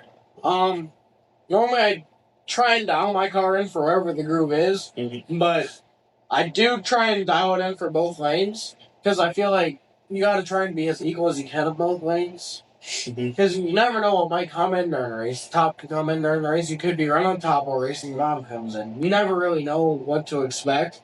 I feel like you gotta have a good car all the way around the racetrack from top to bottom. Because, like I said before, like you can get a little tight off that top, and you're just guys are blowing by you with a crate car. With the modified stuff, you can get away with a lot more, and you have the power to drive out of it, and you have more power to use the top to your advantage. But with the crate car, you got to be kind of perfect to get around that top side. Yeah, yeah. So now let's throw a curveball at you. The track is rubber enough before you go out. Yeah. All right. Always rubbers around the bottom. So, what changes are you going to make to the car? You see that track rubbering up around that bottom. You know there's certain things we need to do to a race car. Let's tell people what we do. Well, yeah, but if you know the track's going to take rubber, you might not change your stag or anything because you try and keep the car a little looser because the rubber makes you god awfully tight sometimes, depending on how your car is set up. Normally, no matter if the track's taking rubber or not, I try to lock it down as best as I can. I know it's not always the best with the crate car because locking them down makes you lose power sometimes because you don't really have the motor to pull the car or even sometimes the gear. But either way, like when the track's just black, slick rubber, I just try and get it rolling over as hard as I can and just get it better where if you need to, like I said, use another lane or just because you can be faster with it. I mean, a lot of with the coil stuff, you drive off the right front, but like if you watch real closely to like the good guys and how they have their car set up, I've noticed a lot the cars squat on the rear coming out the corner. And that's what you really want to get the rear drive off the corner. And even like if I'm at home or on the tech bus going back from school to Tech, might be there watching videos to see like what even like Stuart Friesen or Matt Shepard, how their cars are reacting to get mine better. And so I can watch my videos back because we always record heat race feature hot laps. You can't see anything on our Facebook page. And always try to learn and get yourself better. Yeah, absolutely. So I kind of rounded out Joey's video with me last time by asking these questions, and I think it's cool questions. Yeah. So I just want to bring it back since we have a little extra time. So back in the day, they used to have a bunch of races, and since you've been around racing forever, is there any races such as the Run What You Brung, 525s, anything like that, owner's race, doesn't matter. Is there any race that you thought was really cool and you think that we should bring back? That's definitely a tough question. Trying to think of what races that would really need to come back. I don't know. That's definitely a tough question. I don't know if I were to like bring a track back, that'd be like probably Nazareth. Okay. It seems like it was a cool track. I mean, you had your half mile, I'm pretty sure it was, but then before they ever made an asphalt track, the mile and a half track was a dirt track, Yeah. and they raced modifieds on them, big block modifieds back in the day on a mile and a half racetrack. Yeah. That would be really cool.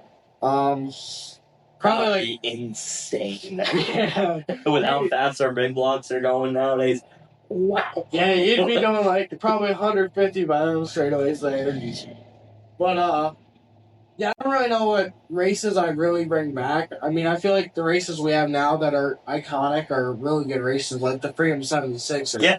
Obviously, well, my great grandfather used to run at Reading, Nazareth, and Middletown back in the day. And he's on the all-time win list at Orange County, Middletown. I think he got like 38 wins there or so. He won an Eastern States there. That's one race I'd love to race one day. Just even if I don't qualify for it, just being able to have the shot at trying to make an Eastern State show, just because it's so iconic.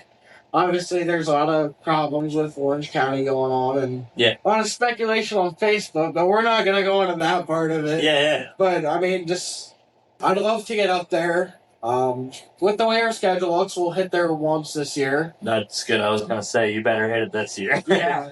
Because, I mean, it's just, and it's a big old racetrack, just 5/8 mile. There's nothing around like it anymore. I mean, Bridgeport got changed a few years ago, but it's just such an iconic track, I feel like, and it sucks the way people bash it instead of trying to save it and keep it around, because it's a part of history. Yeah. The track's been there for over 100 years of racing cars on them. Even before that, they had horses racing on it. So it's just iconic part of history, and it's like family thing too. You know, it means a lot to me. I've been there a few times to watch. It's just so cool, especially sitting in the covered grandstands. You got the big blocks going by. You feel your seat shaking. It's so loud, but it's an awesome racetrack. I feel like to have around and be a part of history. I mean, like look at Eldora and Knoxville. Like they're iconic racetracks because they've been around so long, and they're good racetracks. And I feel like Orange County is too, but just people would rather bash it about the problems, but every racetrack has its problems, no matter where you I don't understand why we choose to bash a racetrack instead of constructive criticism. That's what we need. Like you could just instead of saying, yo, you screwed this up. This is shit or whatever. Or like, why don't you instead you private message the guy and be like, look, this didn't work out great. Why don't you try that? Like I keep hearing all of what everybody's doing wrong, but why don't you help with the solution instead of being more of the problem? Yeah.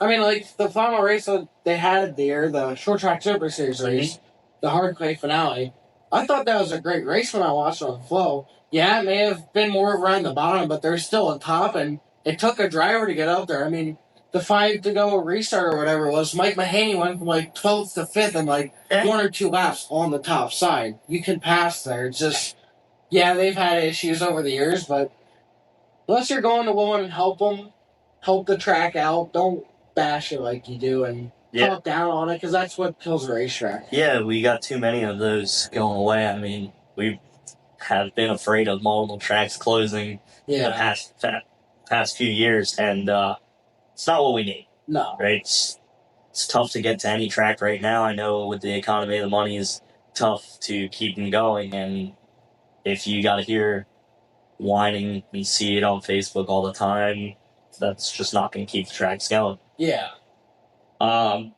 So I want to touch base on this a little bit because I just was thinking about it this past week about so are you one that likes twin 20 racing or something like that, or are you more preferred of the like 150 200 lap races?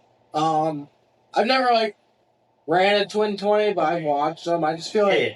the longer races brings out the drivers who can save their stuff and who knows how to drive. Honestly, that's doesn't matter how much money you have, how your car's set up. At the end of the day, you got to be able to drive it and keep it up front, especially in like a longer distance race. That's how people win those races. Like look at how Sweego and Matt Williamson won those. He's been really good at those long distance races over the years, and he knew how to go into it and drive the race. Yeah, I go up to Dirt Week every year. Love those races. I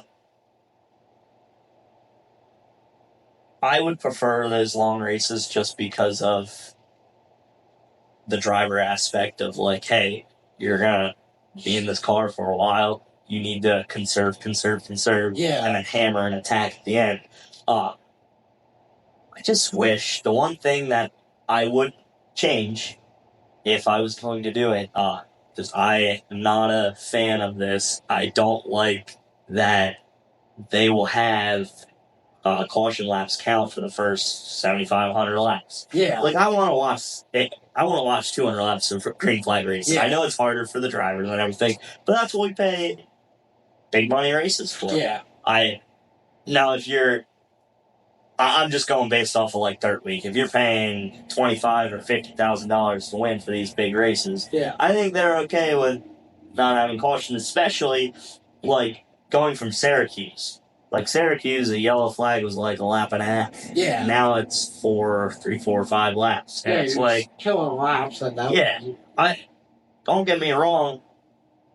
We have too many yellows. It sucks. But it's just something I wish would go back to where we went green flag all the time. I mean, I'm not positive. The Sixer, I think that we still count laps for a little bit. I'm not sure on that. I don't know. They might still, which I feel like, yeah, like not even a 200 lap or even races that are 100 laps, and they count the laps up to lap 75. That ruins the point of the race. Yeah. It doesn't really show you who has the best car from beginning to end. Yeah. It shows you who's good at the end, because if you run 35 caution laps in the first 50 laps, it's like, what the heck? I didn't come here to pay to see caution laps. The race.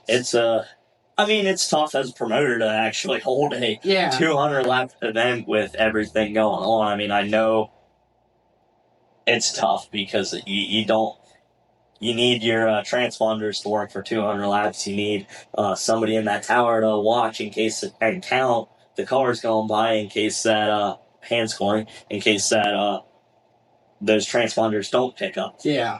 200 laps, you gotta watch, and people are gonna argue for position. 200 laps of burning fuel. I get it all, but it's just something that I really personally enjoy is watching a driver have to run a long distance race. Yeah. So it's like that. That's where I think the late models excel in longer distance races. Not saying their racing's a whole lot cleaner, but most of the times they don't have cautions, and the guys, they get a flat tire, they pull it infield. But I've seen a lot of late model races where they go maybe a few wrecks the first laps, but they do 80 green flag laps. Yeah. And by then, you know who's the best, because they're either passing on the last lap or lap 50. Yeah, it might be a snooze fest from there on, but it shows you who has the best car and who can drive the best. Yeah, it's definitely a different kind of racing. Yeah. Call it. Yeah. But you have anything else to add? No, I think I don't know if you want to get in the argument about the Grandview Big Diamond deal with the banning of the left side. Yeah, we can talk about that. If you want to voice your opinion, Go ahead. I feel like it's going in the wrong direction. I mean, the point of modifieds and racing in general is advancing and getting better. And that's what guys are trying to do. I mean, so like if a chassis manufacturer comes out with the next best thing, like that's why Big Nell's been so good past few years. They've been consistently good. And yeah, the racing may have been a little better with the right side panhard bar, but I feel like we're getting back to that point with the left side stuff. I feel like I've seen plenty of great races on the left side panhard. And like I said, at the end of the day, it comes down to setup and the driver and who's driving the car. And it still takes a whole lot of talent to drive one of these cars. Doesn't matter if it's a crate car or a big block. It takes talent to do what we do. And I don't know, I just think it's a step in the wrong direction. Like I've had a driveline failure already, but it was kind of my lack of maintenance and paying attention to small little details. Like they have points with the driveline. The short, it's not really the left side panhard that I feel like has a problem with that. It's more the short rod stuff. Because when you limit that distance of the rod, it pulls the rear a lot more and makes your rear end move a lot quicker. And that's probably a problem. I don't think it's necessarily the left side panhard. Yeah, you're hooking up the track more, but when your rear end's moving as fast as it does, it's putting a lot more stress on that driveline. So what he's saying is a radius rod that is connected to a point on the frame and then to our bird cage. So it has a certain angle. Okay? So when we went to all this left side deal, most of us put what we call short rods on. And so now instead of attaching the radius rod right to the point of the frame, we attach a short rod bracket, which shortens it. I forget how long, like 9 inches. Yeah. 9 inches shorter to where it was before. Or so the hole's point A, now it's point B. So now we attach a smaller radius rod on the left and right. Some do just the left, and then leave along on the right. And we got a lot of different options. We got a 2-inch bracket, a 4-inch bracket, and then our standard, standard 9-inch bracket. So we have all these options and stuff, and what he's saying is now we got a shorter radius rod, which is pushing the rear into the ground harder and pulling the left rear ahead, and now what we're ending up doing is possibly twisting the drive shaft, is what you're saying, basically. Yeah. Okay. Yeah, I feel like it's not really the left side panhard problem with that. It's more the short rod, but like obviously people are creating stuff every day. I mean, look at the late models; they basically have the same setup. I mean, their left rear goes halfway under the body with how much their rear end moves. So I feel like there's definitely stuff we can change that's not the left side panhard's fault. Yeah, that part of it. So getting into that, basically, I don't care. Whatever we do, we do. Like, I loved right side panhard racing. I won races on that. I went to the left side panhard. I won races on that. I don't care what we do. We're still showing up anyway. Yeah. Hey, so to me, it is what it is. We're going to the track to have fun. I'm not gonna complain one way or another because we're racers. We're gonna learn to run it anyway, and we're gonna be fast regardless of what we're doing. So if there's any way or anyone out there, because I know other series and other tracks have already stated they are not going back. Yeah. If anybody has an answer to our solutions, because the main majority reason, from what I've been hearing, there's multiple reasons, such as driveline, it rips up the track. But if there's anybody that has a solution to our driveline problems that we're having, what is it? I don't really know. I wouldn't say, maybe honestly make them bigger in a way so they can take more of a stress. I mean, if you look at our drive shafts, you'd be like, holy cow, it's like the size of a radius rod pretty much. But I mean, the length and everything, it's so small compared to what a late model is. Yeah.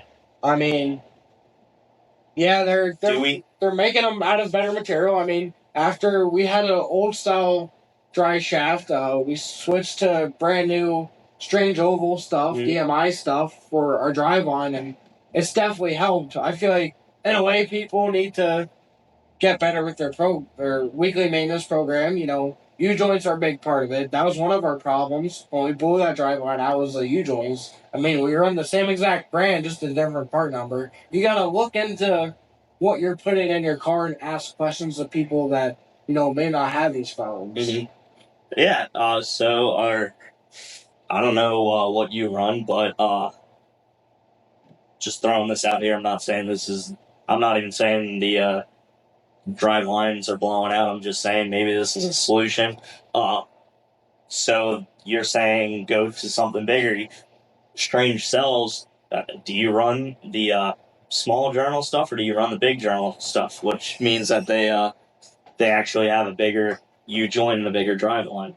I think I might run the bigger stuff now because we got brand new stuff after that driveline failure.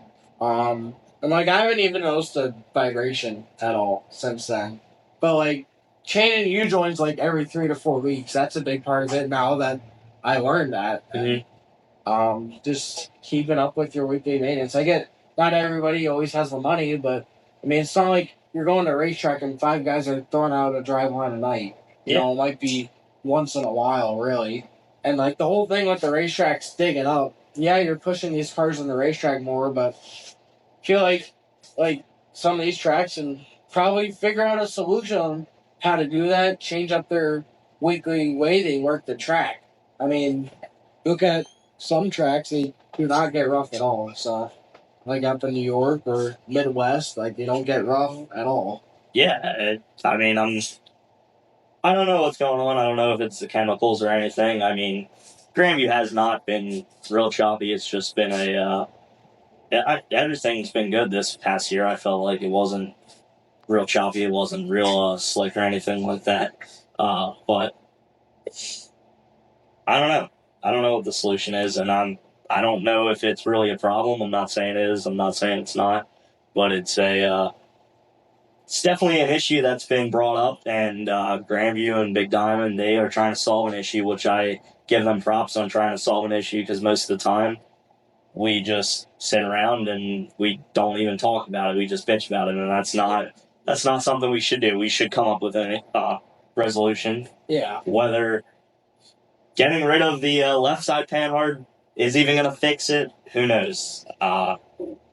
We'll see in 2025, I guess. Yeah. I mean, at the end of the day, it's the people who win now are still going to be winning. Strong, Gondor, and all them guys. Yeah. I mean, you're not going to stop the guys who are dominating, like Matt Shepard and all them guys, from just dropping off, like, just changing stuff like that. I mean, I know with the Super Dark Car Series, they put out an article. They're actually limiting people with their drop rails to try and help the solution instead of banning it totally. Just they're trying to find different solutions like the late model guys are with this series. That's another resolution, and that's what I like about the racing world of going right now is it's just people trying to solve everything, and we don't have to worry about, hey, this is an issue. Yeah, I mean, I feel like if tracks want to solve the issue, they got to talk to every single driver that comes to their track weekly. I feel like that's a good part of it because then you get people's opinions on stuff, and different people might come up with different solutions that can help that. I know Brett Gilmore's probably going to hate me for bringing up that I like the left side and would rather keep it, but I feel like there's different ways to solve a solution instead of going back to what we used to run instead of moving forward in technology. So I 100% agree. Like I said, I'm not pushing for either. I just do think that maybe we should have had a vote or something like that, so that we could have talked about it and maybe a meeting, and then, hey, this might be a better solution, and maybe not even had another solution, but if we talked about it and everybody, and I assume this is going to happen probably. Like, it's not like Grandview and Big Diamond just is like, hey, we're doing this, because normally they are good. and they talk to everybody. So I assume that them making this decision was to help us, and now we're going to talk about it, and because now it's got the talk out. Yeah. And now maybe we will see better solutions, and by 2025 we will all have a decision that we're all happy with. And I think this was a perfect thing, an okay thing to do. I don't think that it was a bad decision to say we need to fix this issue by 2025. They are putting us on a deadline to actually make a decision. And if we can't fix all these issues, then let's get rid of the left side panhard and then our issue's fixed. I'm okay with that. Yeah. Whether we get rid of it or not, at least we know by 2025 issues are going to be fixed. Personally, I'm not blowing out driveway. So, in the past, we have. We fixed our driveline issues. What it came down to was probably U joints not being changed as much as they're supposed to. I don't know really though. Yeah. So we'll see what happens until then, and is what it is. Yeah. We come back no matter what. I mean, even when they do make that switch, somebody's gonna try and find something different suspension wise. It's gonna. I mean, everybody's always looking for something to do. I mean, that's what happened with this whole left side panhard deal. They started looking at the way the late model suspension was, because they kind of have the left side panhard bracket. I mean, they run more of a J bar, but it kind of makes the car react the same. But that's kind of what they started looking at and how to put on a modified. And they were trying to get faster. That's what everybody's always looking for. So we have a large group of smart people that they think outside the box, and that's what you got to do. Yeah. You want to win races, you have to do the next step. And I don't think anybody's trying to stop us from advancing in technology. I just think that they're trying to write a solution to what we got going on now. So you got anything else? Not really. Just looking forward to this year. Just rebuilding right now. Cars completely stripped down. Slowly putting it back together. I'm machining apart from my race car right now. Just kind of stopped me, like, to finish what I wanted to do this weekend. Get my rear end back together. Get my torque arms and sliders set up back together. But just waiting on some parts too. Waiting on some stuff from LeBand Machine Shop. They sponsor me. They've been a big help the past few years too. They used to sponsor my great grandfather's car back in the day too. The blue 44 he drove. Okay. They sponsored him, helped him out back in the day. So I mean, like, again, another family connection that helps us out, and it's great that people are still involved in racing and are willing to help us, because it takes a whole ton of people to do this. Yeah, absolutely. So I'd like to give you guys a shout out. The RCR 2024 preseason tune-up is at the Fleetwood Fire Company on Saturday, February 17th. The doors are going to open at 5:30. Make sure you come check it out. Talan's going to be there. Yeah, for $25 a ticket, try and get them ahead of time, because I'm not sure of the date, but after a certain date, they're going to be $30. You can come, pick up ticket, pay your $25. We'll have a bunch of food, raffle prizes, beer, whatever you really need. But yeah, we always have a bunch of great raffle prizes too. Whether it's food gift cards, we normally have like a woman's basket with a bunch of stuff for women in that. And then we always have like a men's basket, just strictly racing basket. But yeah, it's definitely a good thing. We'll have a band there, Matty Pearl Band. Again, we've known them for years. Pete Appenberger, who runs that. His son Colby's the lead singer. Yeah, my dad and Pete have known each other for years, so that's definitely a good thing that they like playing too at our fundraiser. We always get a decent turnout, but yeah, come join us. You can message the Rags Carter Racing Facebook page about tickets, or me or my dad, Tim Carter. But yeah, hope you can make it. Yeah, well, I'll put a little image down below so that you guys can know where to go and all the information. So I just want to thank you out, Talon. I appreciate it, and we had some good conversations. So I look forward to the 2024 season, and I hope that you do good. Yeah, thank you. You too. Yeah, absolutely. Thank you, guys.